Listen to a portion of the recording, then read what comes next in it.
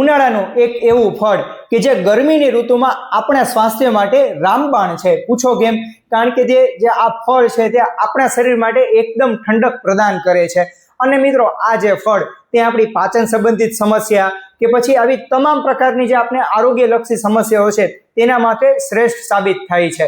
અને આ જે ફળ છે એટલે કે તે છે નિરંજન ફળ. અને આ જે નિરંજન ફળ તેને આપણે માલવા નટ તરીકે પણ આપણે ઓળખીએ છીએ. અને નિરંજન ફળની એક અગત્યની વિશેષતાની આપણે વાત કરીએ કે જે લોકોને પાચક સંબંધિત સમસ્યા હોય, એટલે કે જે લોકોને કબજિયાતની તકલીફ રહેતી હોય, તો એવા લોકો માટે સોનામાં સુગંધ બને છે. પૂછો કેમ? કારણ કે નિરંજન ફળ કે જેમાં ઈશ્વરે પ્રચુર માત્રામાં રેસા મૂકેલા છે. આ જ રેસાને કારણે જે જૂનું જે મળ છે તેને તે પોચું પાડી દે છે અને પરિણામે પેટ છે તે સડસડાટ સાફ કરી દે છે. સાથે સાથે આપણા જે આંતરડા છે કે જે મંદ પડી ગયેલા આંતરડા, તેની જે ગતિવિધિ છે તે પણ એકદમ ફરીથી સરળતાથી સક્રિય કરે છે. અને સાથે સાથે આપણે ભૂખ પણ ઉગાડે છે. અને પરિણામે જે આપણા શરીરમાં ઉનાળામાં જે વધી ગયેલું પિત્ત છે તે પણ કુદરતી રીતે તે શાંત કરે છે. તમને કદાચ ખબર પણ હશે મિત્રો કે આપણા શરીરમાં રહેલા 3 દોષ એટલે કે વાત, પિત્ત અને કફ, આ 3 દોષમાંનો આપણા શરીર માટે અગત્યનો દોષ એટલે કે પિત્ત દોષ. અને જ્યારે ઉનાળામાં ગરમી વધે છે ત્યારે આપણા શરીરમાં પિત્તનો પ્રકોપ થાય છે. તો મિત્રો, આ જે પિત્તના પ્રકોપને કુદરતી રીતે શાંત રાખવા માટે આપણે શું કરવું જોઈએ? તો જરૂરથી આપણે ઉનાળામાં હર હંમેશ દરરોજ નિરંજન ફળનું સેવન કરવું જોઈએ. અને અગત્યની વાત આપણે એ પણ કરીએ કે જે લોકોને IBS ની તકલીફ હોય, એટલે કે ઇરેગ્યુલર બોવેલ સિન્ડ્રોમ, તો એવા લોકો માટે નિરંજન ફળ છે તે શ્રેષ્ઠ ઉપાય છે.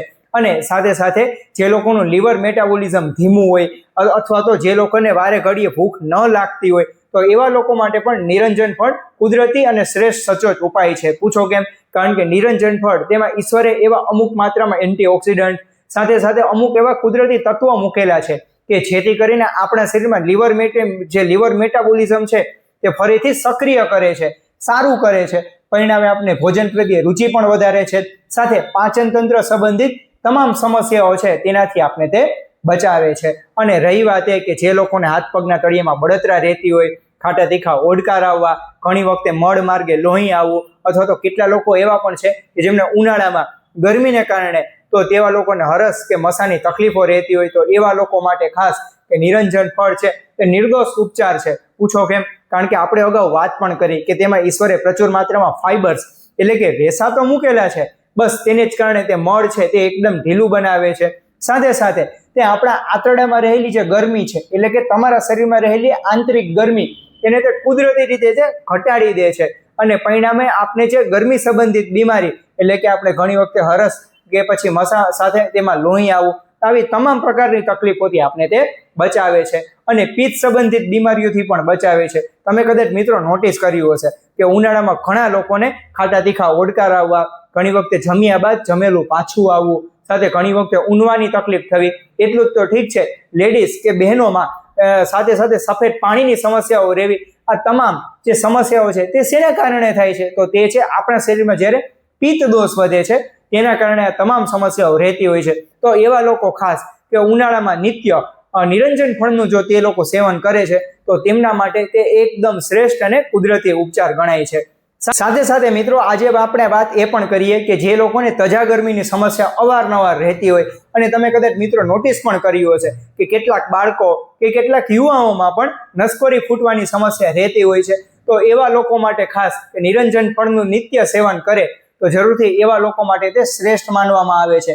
કારણ કે તે આપણા શરીરમાં તે ઠંડક પ્રદાન કરે છે. અને સાથે સાથે જે પિત્ત પ્રધાન રોગો છે એટલે કે જેમાં આપણે વાત કરીએ કે હરસમસા છે, સાથે સાથે નસકોરી ફૂટવી, સાથે ગરમીને લગતા ઘણા બધા પ્રકારના રોગો કે જેમાં નિરંજન ફળ છે તેમનો તે રામબાણ ઉપચાર છે, એટલે કે રામબાણ ફળ સાબિત થાય છે. તો જરૂરથી મિત્રો એવા લોકોએ નિત્ય નિરંજન ફળનું સેવન કરવું જોઈએ.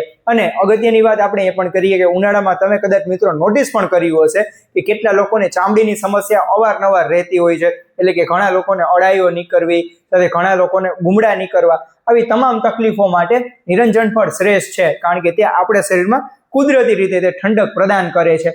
સાથે સાથે તે જે લોહીની ગરમી છે તેને તે ઘટાડી દે છે. અને પરિણામે જે આજે ચામડીની બીમારી અને સાથે જે તેમની અસહ્ય ખંજવાળ કે પછી ગુમડા આ જે તમામ પ્રકારની તકલીફોથી આપણે તે બચાવે છે. તો મિત્રો જરૂરથી આપણે રોજના જીવનમાં અને તેમાં પણ ઉનાળામાં ખાસ કરીને 2 થી 3 મહિના દરમિયાન નિરંજન ફળનું નિત્ય સેવન કરવું જોઈએ.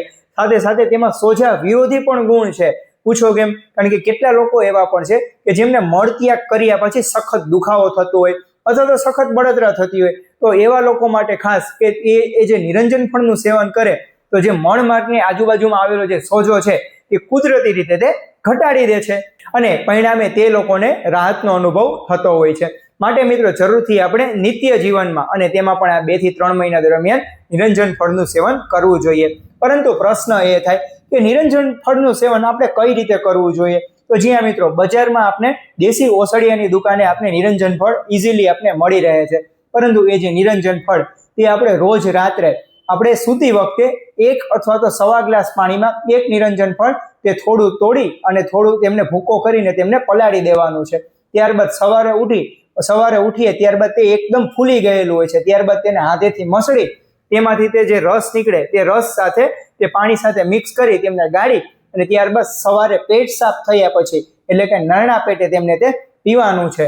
અને ત્યારબાદ આપણે અડધી થી પોણી કલાક બાદ તે આપણે સવારનો નાસ્તો કરવાનો છે કે જેથી કરીને તેમની અસર તે સારી રીતે થતી હોય છે અને તેના ફાયદા પણ આપણે બધા જ અને પ્રોપર માત્રામાં આપણે ફાયદા મળી રહેતા હોય છે. તો મિત્રો આપણે જરૂરથી આજે ઉનાળાના 2 થી 3 કે 3 થી 4 મહિના દરમિયાન માલવા નટ એટલે કે નિરંજન ફળનું સેવન કરીએ અને સાથે સાથે આપણે આવા પિત્ત પ્રધાન રોગો અને ગરમી સંબંધિત તમામ તકલીફો છે તેનાથી આપણે બચી શકીએ. અને મિત્રો આશા રાખું છું આ માહિતી તે તમારા દરેક મિત્રો સુધી પહોંચાડો, કારણ કે આ સમયમાં કેટલા લોકો એવા છે કે જેમને પિત્ત સંબંધિત બીમારીઓ અવારનવાર રહેતી હોય છે, તો એ લોકો પણ આ સૂચનનું જરૂરથી પાલન કરે. અને મિત્રો આવી ઉપયોગી હેલ્થ સંબંધિત માહિતી મેળવવા માટે જરૂરથી આ ચેનલને સબસ્ક્રાઇબ કરવાનું ના ભૂલશો. ત્યાં સુધી રજા લઉં છું. સૌનો આભાર. જય ધન્વંતરી.